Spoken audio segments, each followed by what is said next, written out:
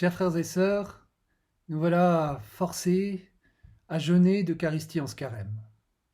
Que ce jeûne attise notre soif du pain vivant qu'est la parole de Dieu. Aujourd'hui en Église, nous contemplons la merveilleuse rencontre de Jésus avec la Samaritaine, c'est-à-dire avec chacun de nous. Je reprends en partie ici la belle méditation d'un confrère ermite belge, Charles-André Soyer. Midi, sur la plaine et sur le blé. Jésus est fatigué par cette route de grand soleil. Il s'est assis au bord d'un puits, celui-là même que fréquentait jadis Jacob et ses troupeaux. Que de caravanes, de lassitude et soif ont abouti là, mais aussi que de rencontres, d'alliances et de rendez-vous amoureux se sont tissés auprès de ces eaux vives. Elle vient avec sa cruche, elle porte toute la fatigue de sa vie, une soif d'amour jamais étanchée. Elle est venue souvent glisser sa cruche dans la cavité fraîche où sourd une eau que même le plein été ne tarit pas. Mais dans quelle profondeur faudra-t-il creuser pour étancher sa soif? On ne connaît pas son nom, seulement son sobriquet, la Samaritaine, un surnom d'étrangère, méprisé par les Juifs depuis que les habitants de Samarie avaient contracté des alliances avec les Assyriens et élevé un temple rival de celui de Jérusalem. Des bâtards impurs et impies qu'on ne peut fréquenter sans se souiller.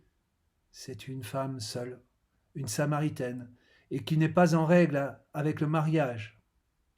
3 raisons largement suffisantes pour un bon juif d'éviter tout contact. Mais Jésus ignore ces risques de contamination. Donne-moi à boire. C'est le monde à l'envers. En Jésus, c'est Dieu qui prie cette femme de venir apaiser sa soif. C'est cette même soif d'amour que Jésus exprimera sur la croix. J'ai soif. La femme s'étonne et au début ironise.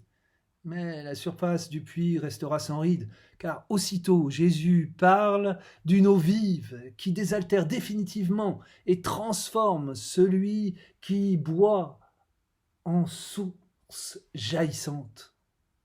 Puis voilà quand Jésus, c'est Dieu lui-même, qui vient lui demander sa main. Après 5 douloureux échecs et la 6e liaison que vit cette femme, voilà que Dieu en Jésus lui offre une nouvelle alliance, pleinement fidèle et comblée celle-là. Adore le Père en esprit et en vérité. Et nous voyons cette femme sans nom, perdue, desséchée comme une terre brûlée de canicule, en attente de tout et même du Messie, accueillir dans une bouleversante sincérité la grâce qui passe.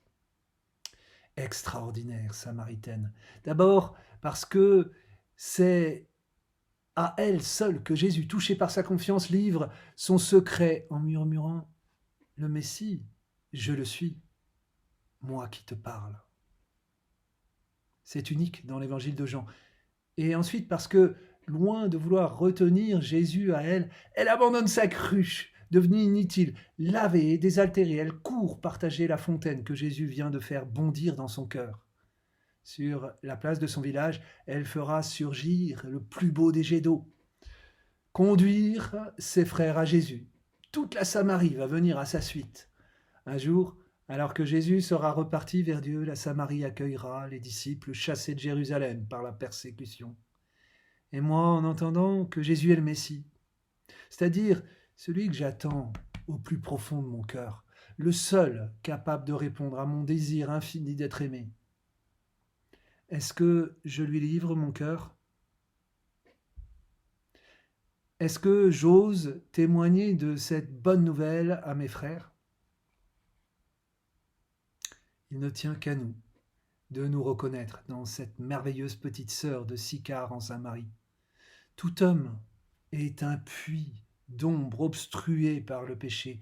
Jésus est le puisatier qui, par ses sacrements, vient nous creuser pour nous redonner le goût de l'eau vive de son esprit. Il est celui qui vient mettre au jour nos plus secrètes blessures, pour tout aussitôt les guérir et en faire autant de sources vivifiantes pour nos frères. Jésus est aussi l'époux divin qui vient assouvir notre faim d'être aimé et d'aimer en retour.